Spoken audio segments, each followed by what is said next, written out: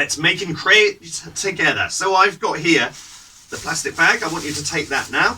Take it by the corners like this. We're going to just, if it was a new plastic bag, quickly fill it with air. Now, stretch one corner away like this. We're just going to stretch it out. Here we are.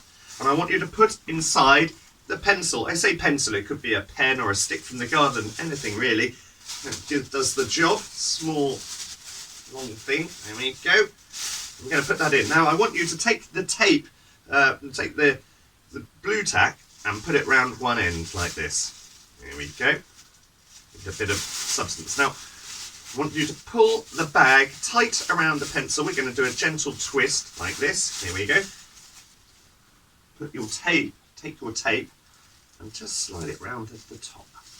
This should keep it in place. There we are. Stretch your bag out. There we are. And there we have it. Jebb's bag flag. Now it's time for the Jebb's bag flag workshop. Take your hand, place it out in front of you like this.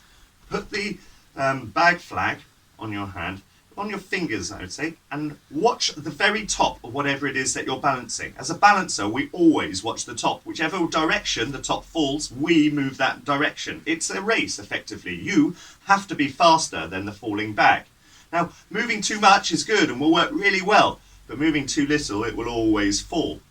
Okay, so whilst watching the top you're going to let go of the bag flag and watching the top, whichever direction it moves, you attempt to move faster, then the bag will fall. Okay. Remember not to take your eye off the bag flag. Ooh, okay.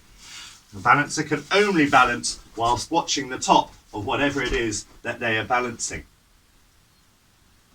I'd like to try some challenges with you. If you are finding this easy, maybe you could do a little throw and catch, catching it back and keeping it balanced. For a moment, you're going to need to look down as it lands, and remember to look up again afterwards to see, again, get it back balanced. Whoops. Moving too much is better than moving too little. If you're managing to do your little throw and catch, I'd like you to do a little throw, spin your hand over and catch it on the other side. If that works, try from back of hand to flat, flat to back, back to flat. Perhaps you could balance and throw it from one hand to the other hand, or the other hand. You can balance different things that you can find around your home. I'm balancing a bamboo pole. This is a swing ball stick. The longer the stick is that you are balancing, the easier it is, and the slower you have to move. A slightly shorter stick. Everybody's got a broomstick somewhere around the house. You have a rubber chicken. Right. Time to get busy. We're going to need a bit of space. I want you to make sure there's nothing around that you can bash that's really close at hand. We're going to be doing some scarf juggling. Now I have some specialist circus equipment over here, juggling scarves, but I think that you won't have those at home, so we're going to be using plastic bags. I want you to fill your plastic bag, take one plastic bag, fill it with air, like this, and then hold on to the corner, keeping your hands upside down. Now this is an important point, because if you find yourself turning your hand over to catch the plastic bag like a ball, you'll be slowing yourself down. And we need to be fast, so we're going to keep our hands upside down all the time.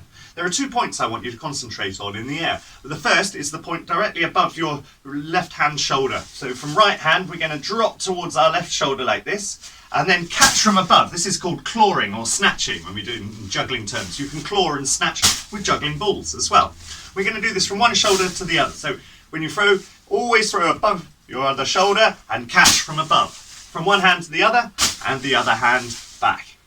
Good. I want you to go as high as possible with this. When you do it low down, this will make for fast juggling. We need to slow it down so as high as possible. Good. Can you do a throw with a claw, a clap and a claw? Throw with a clap and a claw. Throw with a clap and a claw. Always from one hand to the other, please. Good. Can you do 2 claps? That's throw, clap, clap, claw. Throw, clap, clap, claw. Throw, clap, clap, claw. I think you know where we're going with this. You ready? Throw, clap, clap, clap, claw. 3 claps. Throw, clap, clap, clap, claw. Throw, clap, clap, clap, claw. Throw, clap, clap, clap, claw. Put it on pause and have a few goes at that. Next, we're going to be trying another stunt. We're going to throw the scarf. whilst it's in the air, I want it to come down above your face. Once it nearly touches your face, you're going to give it a good blow like this. Throw, blow, and claw. And back, throw, and claw. Remember, you must blow it when it's nearly on your face. If you blow it when it's high up, it won't really go anywhere. Claw.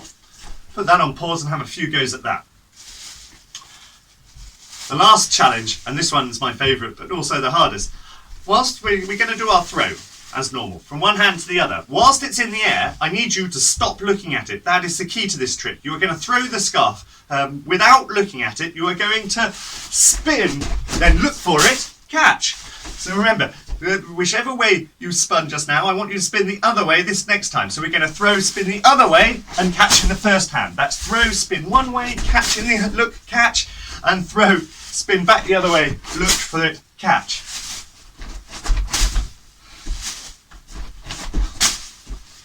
This one I don't want you to do for too long because I don't want you to get dizzy. 2 scarf juggling. Now this time we're going to take both 2 bags, hold them from above the same way that you did with the one in the previous section. But this time I want you to put both in one hand. So what we're going to do is open up your index fingers like this. Okay, index fingers. And put the other one at the very end of your fingers. The key to this is being able to let go of one without letting go of both by accident. Now, take this waving hand and put it behind your back. If that hand comes to help you, we call that cheating. Now, we're going to throw the first scarf straight up as high as you can, and then come down and throw the second scarf next to it. The first one we release will be this one in your awkward hold at the end of your fingertips. Okay, so I'm going to throw one, come down, throw the second. It's important that you don't throw them both in one throw. This will put the timing off, like this. So we're going to throw the number 1 and number 2 very quickly, like this, as high as you can. 1, 2. Then every time one comes down, I want you to grab it from above and throw it as high as you can. Remember, if it comes down low, this will make the very fast juggling. I'm not saying you can't do it, but it's not the easiest way to learn. So at the beginning, keep them up high and slow.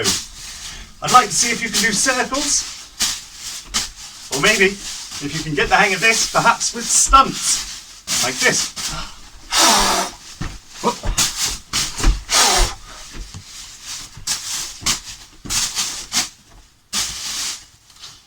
Good. Now I'd like you to try 3 scarves. So you're going to take the first scarf in your thumb and forefinger, the next one in your index fingers, the same hold that you were doing just now for 2 scarves in one hand. Take another bag in the other hand. Okay. Now the key to this is that every hand throws to the other side, the same way we were doing with one, with the clapping. Like this. We're going to let go of the one in your index fingers first. As it drops, you're going to want to catch it, but you already have a bag in this hand. So as it falls, we're going to throw the other bag across and catch it. And your hand will effectively do a circle as you do so, like this. Got that? Now, once the first one starts falling, we throw the second. Now this bag is falling. I'm going to need to catch it, but I already have one in my hand. So the process is repeated on the other side. 1 throw, 1 catch. Here we go. Let's try 2 in a row. So throw, catch. Yeah? This time we're going to try and just keep it repeated. Remember to do it as high as you can. This should give you a little helping hand at the beginning, a little heads up. Here goes. So, starting with the hand that holds 2, throw 1 scarf. As it falls, throw across and catch. Throw across and catch. Throw across and catch. Throw across and catch. I remember telling you not to move your hand to catch the bags normally because this would waste your time. Remember to always catch from above.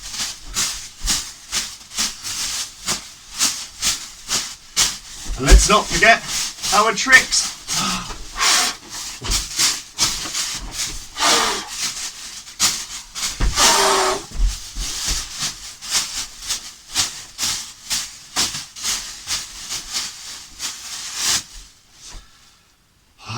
That should take you a little practice. Now I'm going to need you to get a ball. Now it can be a tennis ball, a golf ball, a baseball, a hacky sack. We could use fruit. We could use, I've got here an orange, a lemon, a grapefruit, an apple, or indeed any other small juggling ball or sack that you have around the house. I'd like you to take the one ball, or indeed one of your 5-a-day fruit, and put it in your hand now. We're going to start off slowly. So I want you to take the ball from one hand to the other hand, and the other hand back. Good. Now I'd like you to speed up. Slowly getting faster. Good. Once you've got used to this, we're going to stop passing it from one hand to the other. Instead, do a tiniest throw. I'm doing it now. With your hands very close together when you're throwing.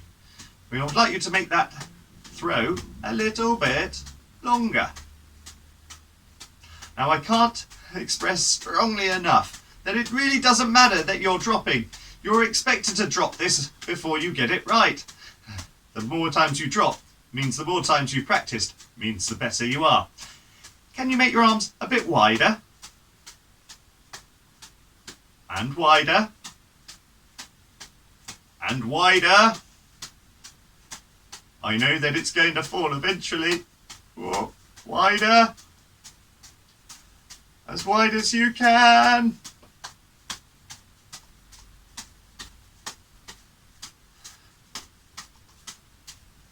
Good. Oh. Do that a few times. You don't expect to get the best results the first time you try anything. Now, this one, I'm going to try a little floor juggling. What we're going to do is throw the ball between your legs, and I want the ball to land next to the other leg from the hand that throws it, like this, but inside of your legs. Okay? Then pick up the ball with the other hand and throw to the first side, like this.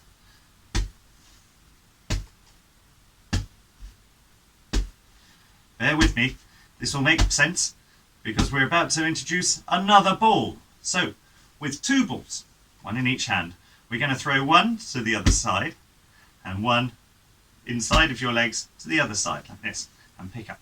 And now, that time I started with the right hand, left hand, right hand, left hand. If you're doing this, I want you now to try first with your left hand, then your right hand. Left hand, right hand, left hand, right hand. This time we're going to mix it up. I want you to do right hand, left hand, right hand, right hand, left hand, right hand, alternating the hand that you're starting with.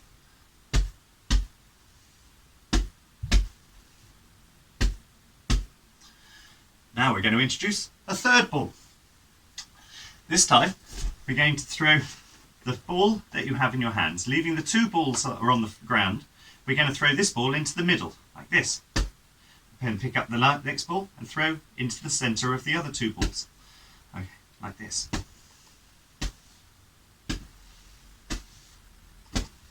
See if you can speed it up a bit.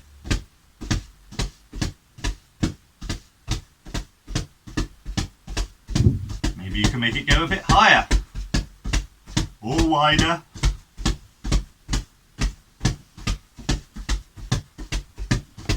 I'm sure you can see where we're going with this.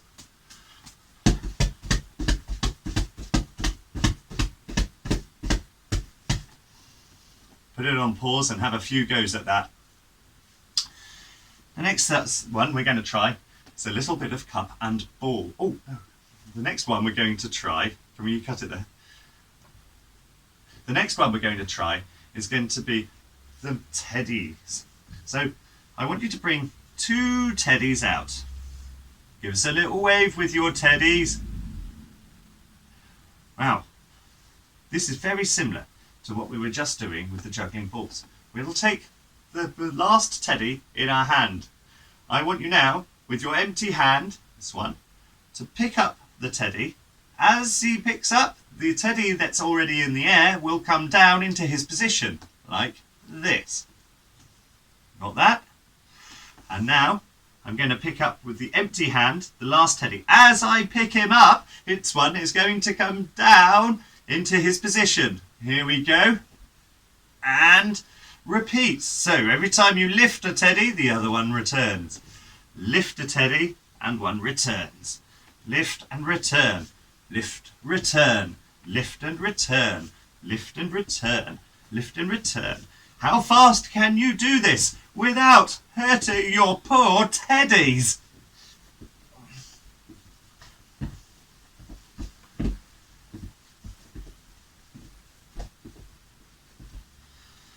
Teddy juggling. The next piece I'd like to show you is, so now we're going to be making some poi. Poi is an old tradition of the Maori women in New Zealand who would spin these balls on strings. And we're going to make our own poi, and for that you're going to need either, ideally, a long sock, 2 long socks, old, or an old pair of tights that can be destroyed. And we're going to need for that one responsible adult who has a pair of scissors. Now, you will be needing some sort of sack, small soft ball, a hacky sack, a juggling ball, and if not, we're going to make our own balls using rice, or it could be lentils, any small seed really, chickpeas, a small glass, and a plastic bag. Here's what we're going to do. Take the glass and fill it full of rice. We use the glass because this is going to give me 2 sizes at the same size. We don't want one of the poi being heavier than the other one. Take your plastic bag, take the rice, and pour it into the plastic bag like so.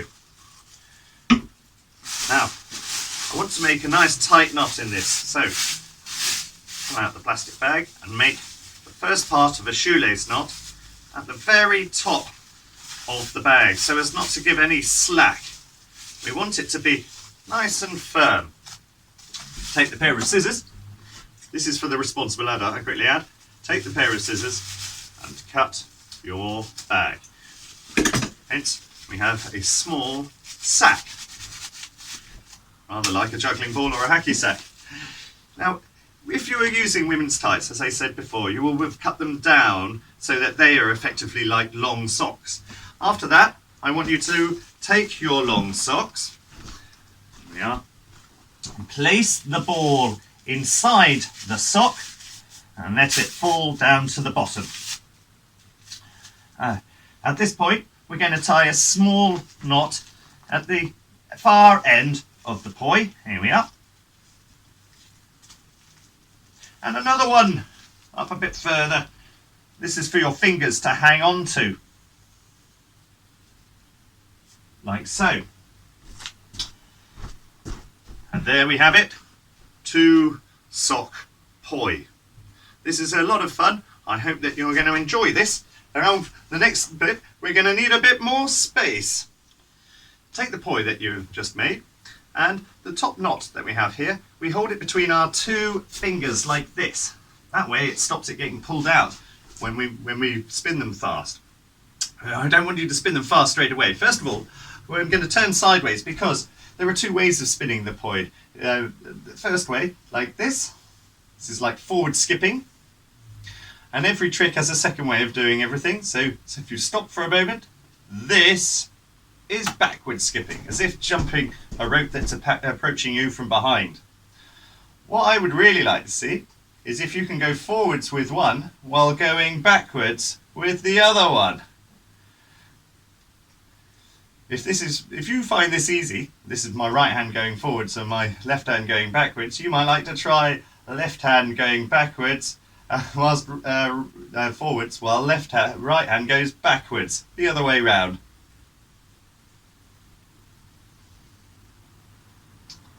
Now, from going forwards, forward skipping, as if skipping normally, I'd like to try and turn one from going forwards to backwards. And the way we're going to do this is let it go between the legs for a moment, let the rope go slack, and start again as it comes back. We can do this from a reverse as well. This time I'm going to send one in from the back of my legs and back to forwards again. That's between the legs, reverse, and back through the legs, back to the first way. We can do a turn without stopping. whilst skipping forwards, as if skipping forwards like this, I'm going to put both hands on the same side, and I'm going to turn and start to face behind and come up going backwards without stopping. So that should look like this on 3. 1, 2, 3. And from backwards skipping, got a bit of interference there from the setting, backwards skipping to forward skipping, we go over the shoulder. We go over the shoulder and turn to face the other way, like this. From backwards skipping to forward skipping. From forwards to backwards and backwards to forwards. Forwards to backwards and backwards to forwards. This way you don't get stuck facing the same direction anymore. Now, a few tips.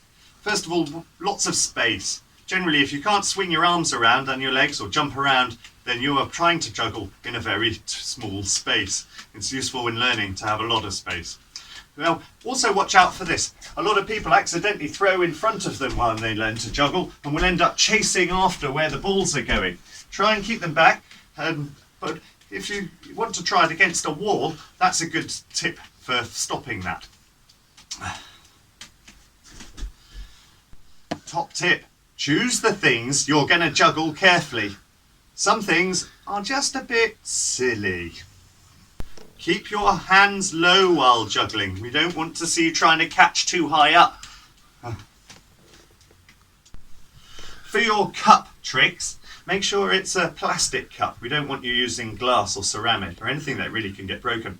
Oh, and if you're having a nice little drink, make sure that you don't put it anywhere near where it could get a ball dropped on it or kicked over, because believe you me, you will do it if it's anywhere nearby. Once you have something sensible to juggle, make sure that your space is the right. You need to now be able to wave your arms and legs around without hitting anything, otherwise your space is too small. Anything you can learn in your right hand, try doing it in your left hand.